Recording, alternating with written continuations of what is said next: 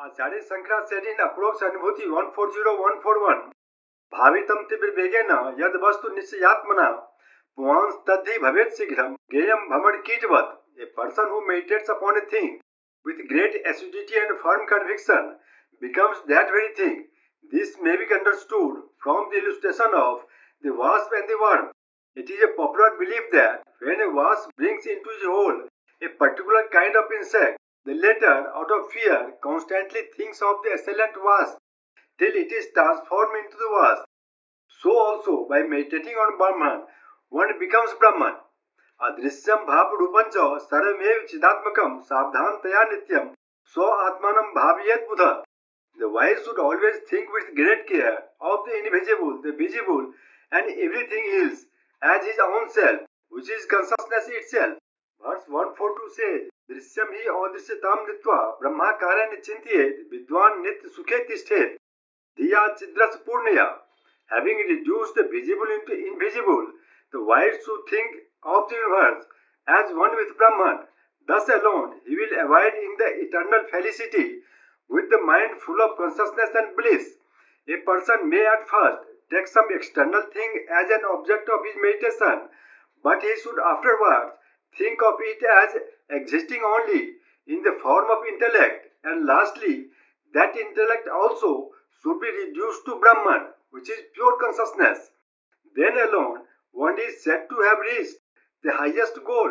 Verse 143 says, Evi rangai samayukto raj yog udahita kinchit pakva kasaya nam harsh yogena samyukta.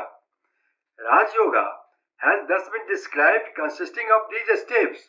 Harsh yoga has to be combined with these Raj yoga teachings for the benefit of those whose worldly desires are partially attenuated.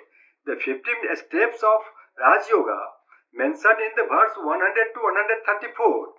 This Raj yoga, which is purely psychological in its character, is extremely difficult to be practiced by those who have not yet overcome the physical disabilities by banishing the carnal appetite from the mind and thus made it pure. To them, therefore, Hatha yoga, or the yoga that teaches physical control together with little concentration, is at first very helpful, for they may thereby get control over their external and internal nature, and thus may in course of time become fit for the practice of Raj Yoga.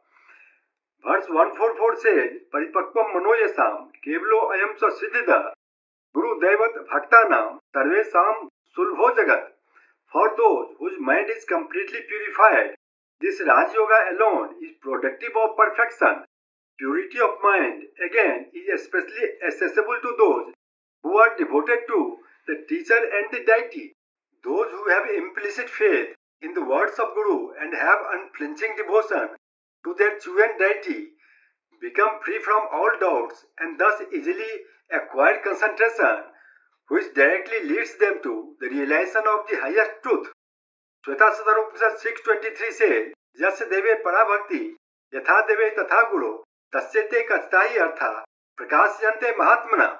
He who has supreme devotion to the deity and as much of it to the guru as to the deity, to that great souled one, these subject matters get revealed. Here, Acharya Shankara's Aparokshanubhuti, translated by Swami Vimuktanand, gets completed. Om Tat Sat, Sri Ram Krishnai, Arpanamastu.